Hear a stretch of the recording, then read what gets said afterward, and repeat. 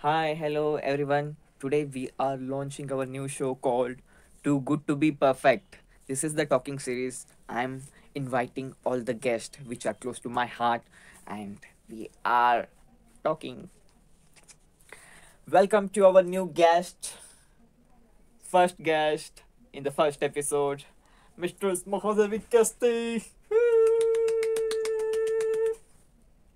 ನಿಮಗೆ ಹೇಗೆ ಅನಿಸ್ತಾ ಇದೆ ನಮ್ಮ ಕಾರ್ಯಕ್ರಮಕ್ಕೆ ಬಂದು ಹೇಳಿ.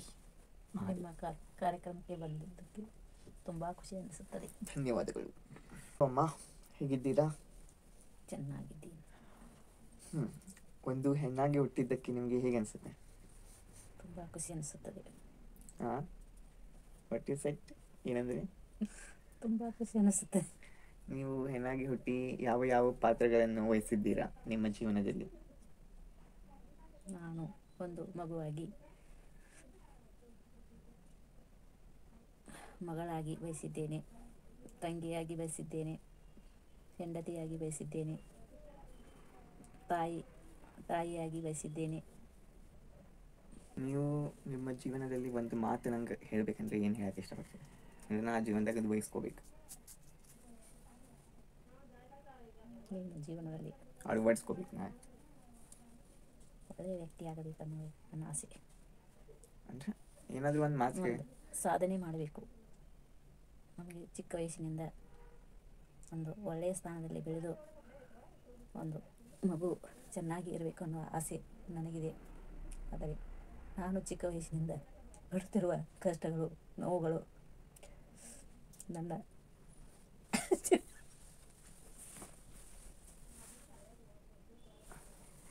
ಏನು ತಿಳಿಯದೆ ಇರುವಾಗಲೇ ನನ್ನ ಜೀವನದ ಒಂದೊಂದು ಕತೆ ನನ್ನ ಹಾಗೆ ಯಾರಿಗೂ ಬರಬಾರದು. ನಿನ್ನ ಜೀವನದಲ್ಲಿ ಒಳ್ಳೆಯ ರೀತಿ ಬೆಳೆದು ನಿನ್ನ ಕಾಲ ಮೇಲೆ ನೀನು ನಿಂತುಕೊಳ್ಳುವ ಆಸೆ ಇವತ್ತಿನವರೆಗೂ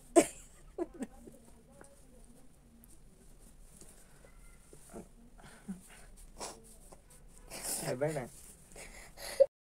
ನೀವು ಉದ್ಯೋಗ ಮಾಡ್ತಿದ್ರಿ? ಮಾಡ್ತಿದ್ದೀನಿ. ಹಾಂ, ಆ ಉದ್ಯೋಗ ಮಾಡೋದ್ರಿಂದ ನಿಮ್ಗೆ ಹೆಂಗೆ ನಿಮ್ಮ ಜೀವನ ಪರಿವರ್ತನೆ ಆಯಿತು? ಆ ಉದ್ಯೋಗ ನಿಮ್ಮ ಜೀವನ ಪರಿವರ್ತನೆ ಮಾಡಿತಾ ಅಥವಾ ಏನು ಪರಿವರ್ತನೆ ಮಾಡಲಿಲ್ಲ? ಮಾಡಿದೆ. ಅದು ನನ್ನ ಜೀವನದ ಹಿಡಿದಿದೆ, ಪರಿವರ್ತನೆ ಆಗಿದೆ.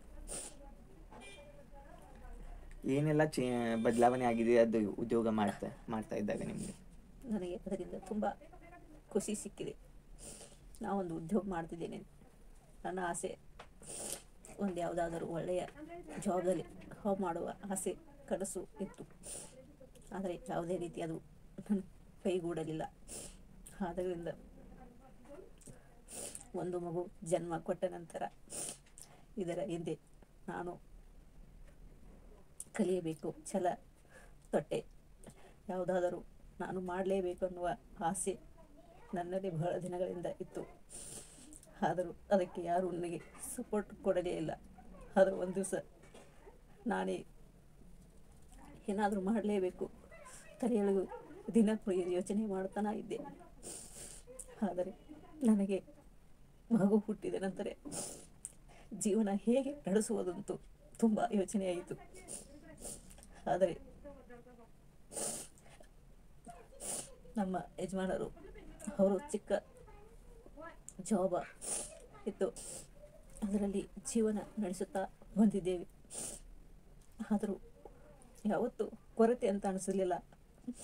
ಆದರೆ ಮುಂದೊಂದು ದಿನ ನಮಗೆ ಈ ಥರ ಕೊರತೆ ಬರುತ್ತದೆ ಅಂತ ಅನಿಸುತ್ತಾ ಇರಲಿಲ್ಲ. ಆದರೆ ಈಗ ನಾನು ಏನಾದರೂ ಮಾಡಲೇಬೇಕು ಅನ್ನೋ ಹಠ ತೊಟ್ಟೆ.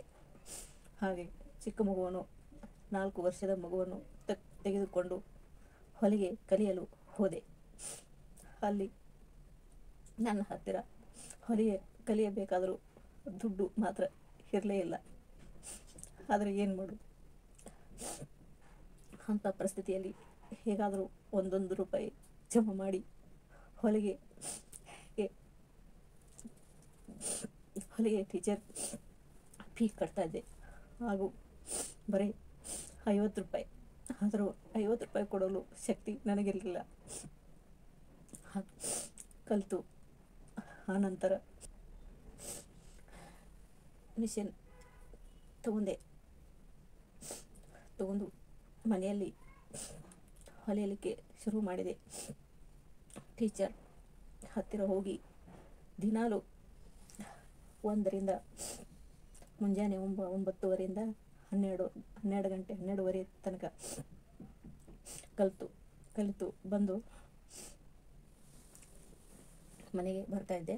ಆನಂತರ ಸ್ವಲ್ಪ ಕಲಿತು ಅವರಲ್ಲೇ ಡೈಲಿ 10ರಿಂದ 1 ಗಂಟೆ ಕಡೆ ಹೊಲಿಲಿಕ್ಕೆ ಹೋದೆ. ಆಗ ಅವರು ಕಟ್ ಮಾಡಿ ಕೊಡ್ತಾಯಿದ್ರು. ಅವ್ರಿಗೆ ಒಂದು ಬ್ಲೌಸ್ಗೆ 7 ರೂಪಾಯಿ ಕೊಡ್ತಾಯಿದ್ರು. ಹಾಗೆ ದಿನಾಲು ಒಂದು ಬ್ಲೌಸ್ ಆದರೂ ಹೊಲಿತಾಯಿದ್ದೆ. ಹೊಲಿದು ಅವ್ರು ಕೊಡ್ತಿದ್ದೆ. ಅವರು ಅದರಲ್ಲಿ 7 ರೂಪಾಯಿ ನನಗೆ ಕೊಡ್ತಿದ್ದರು. ಹಾಗೆ ದಿನತನ ಸಾಡಿ ಪಿಕೋ ಮಾಡಿ ಕೊಡ್ತಾಯಿದ್ರು. ಅದನ್ನು ತಂದು ಮನೆಯಲ್ಲಿ ಮೇಲಿನ ಒಂದು ಸೈಡ್ಗೆ ಹಾಕಲಿಕ್ಕೆ 2.5 ರೂಪಾಯಿ ನಾ ಕೊಡ್ತಾಯಿದ್ರು. ದಿನಾಲು ಹೋಗ್ತಾನೆ ಇದ್ದೆ. ಹೋಗಿ ಮುಂಜಾನೆ 2 ಗಂಟೆಗೆ ಬರ್ತಾಯಿದ್ದೆ ಮನೆಗೆ. ಆನಂತರ ಮನೆ ಕೆಲಸ ಮಾಡಿಕೊಂಡು ಮನೆಯ ದಿನನಿತ್ಯದ ಕೆಲಸ ಬರ್ತಾಯಿದ್ದೆ. ಹಾಗೆ ಮಾಡ್ಕೊತ ನಡೀತಾ ಮಗು ದೊಡ್ಡದಾಯಿತು.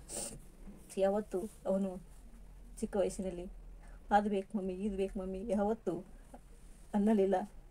ಇವತ್ತಿನವರೆಗೂ ಅಂತ ಇಲ್ಲ. ಈಗ ನನಗೆ ಒಂದೇ ಖುಷಿ ಅಂದರೆ ನನ್ನ ಮಗ ಒಂದು ಜಾಬ್ದಲ್ಲಿ ಇದ್ದಾನೆ, ಒಳ್ಳೆಯ ಸ್ಥಾನದಲ್ಲಿದ್ದಾನೆ. ಹೀಗೆ ಅವನ ಜೀವನದಲ್ಲಿ ಅವನು ಒಳ್ಳೆಯ ವ್ಯಕ್ತಿಯಾಗಿ ಮುಂದೆ ಬರಲಿ. ಯಾವತ್ತು ಯಾರಿಗೆ ಅದನ್ನು ಮಾಡಲಂತ ಸಹಾಯ ಅನ್ನುವ ಪರಿಸ್ಥಿತಿ ಅವನಿಗೆ ಬರಬಾರದು. ನಾ ಪಟ್ಟಿರುವ ಕಷ್ಟದ ನನ್ನ ಮಗನಿಗೆ ಮಾತ್ರ ಬರಬಾರದು ಅನ್ನೋದೇ ನನ್ನ ಆಸೆ. ಇವತ್ತು ನಾನು ಒಂಥರ ಖುಷಿಯಾಗಿರೋದಕ್ಕೆ ನನ್ನ ಮಗನೇ ಕಾರಣ. Okay, my mom made a emotional concession. It feels like concession. But we are back to our talking series. In a short break. ಎಲ್ಲ ಹೆಣ್ಮಕ್ಳಿಗೆ ನೀವು ಒಂದು ಮಾತು ಹೇಳಬೇಕಂದ್ರೆ ಏನು ಹೇಳಲು ಇಷ್ಟಪಡ್ತೀರಮ್ಮ? ಮಕ್ಕಳು ಧೈರ್ಯವಾಗಿ ಎಲ್ಲ ಕಷ್ಟ ಸುಖಗಳ ನಡುವೆ ಜೀವನ ಸಾಗಿಸ್ತಾರೆ. ಆದರೆ ಸಾಗಿಸಬೇಕು. ಆದರೆ ಯಾವತ್ತೂ ಯಾರಿಗೂ ತಲೆಬಾಗಬಾರದು. ಒಂದು ಧೈರ್ಯವಾಗಿ ಮುನ್ನುಗ್ಗಬೇಕಾ ಅನ್ನುವ ಆಸೆ ನನಗೆ. ಯಾವತ್ತೂ ಛಲ ಅವರನ್ನು ಗೆಲ್ಲಿಸುತ್ತದೆ. ಯಾಕಂದರೆ ಇದು ನನ್ನ ಜೀವನದಲ್ಲಿ ಆಗಿರುವ ಸತ್ಯಕಥೆಗಳನ್ನು ಹೇಳಲು ಬಯಸುತ್ತೇನೆ. ಆದರೂ ಯಾವತ್ತೂ ಯಾರಿಗೂ ಹೆದರಬಾರದು. ಆದರೂ ನಾನು ಜೀವನ ಇಡೀ ಹೆದರುತ್ತಾ ಬಂದೆ. ಆದ ಕಾರಣದಿಂದ ಇವತ್ತು ಇಲ್ಲೇ ಇದ್ದೇನೆ. ಅದಕ್ಕೆ ಯಾವ ಹೆಣ್ಮಗಳಾದರೂ ತನ್ನ ಗುರಿ ತಾ ಮುಟ್ಟಲೇಬೇಕು ಅನ್ನುವ ಆಸೆ, ಛಲ ಇಡಲೇಬೇಕನ್ನುವ ಆಸೆ ನನಗಿದೆ. ಅವರು ಕನಸುಗಳು ನೆರವೇರಿಸಬೇಕು. ಯಾವುದಕ್ಕೂ ಕುಗ್ಗಬಾರದು, ತಲೆ ತಗ್ಗಿಸಬಾರದು. ತಗ್ಗಿಸುವುದಕ್ಕೆ ತಗ್ಗಿಸಬೇಕು. ಆದರೂ ಯಾವತ್ತೂ ನಾವು ಹೆದರಬಾರದು. ಧೈರ್ಯದಿಂದ ಮುಂದೆ ಸಾಗಬೇಕು. ಇಷ್ಟೇ ನಾನು ಹೇಳಬಯಸುತ್ತೇನೆ. We are ending this show, first episode, not the season. Bye.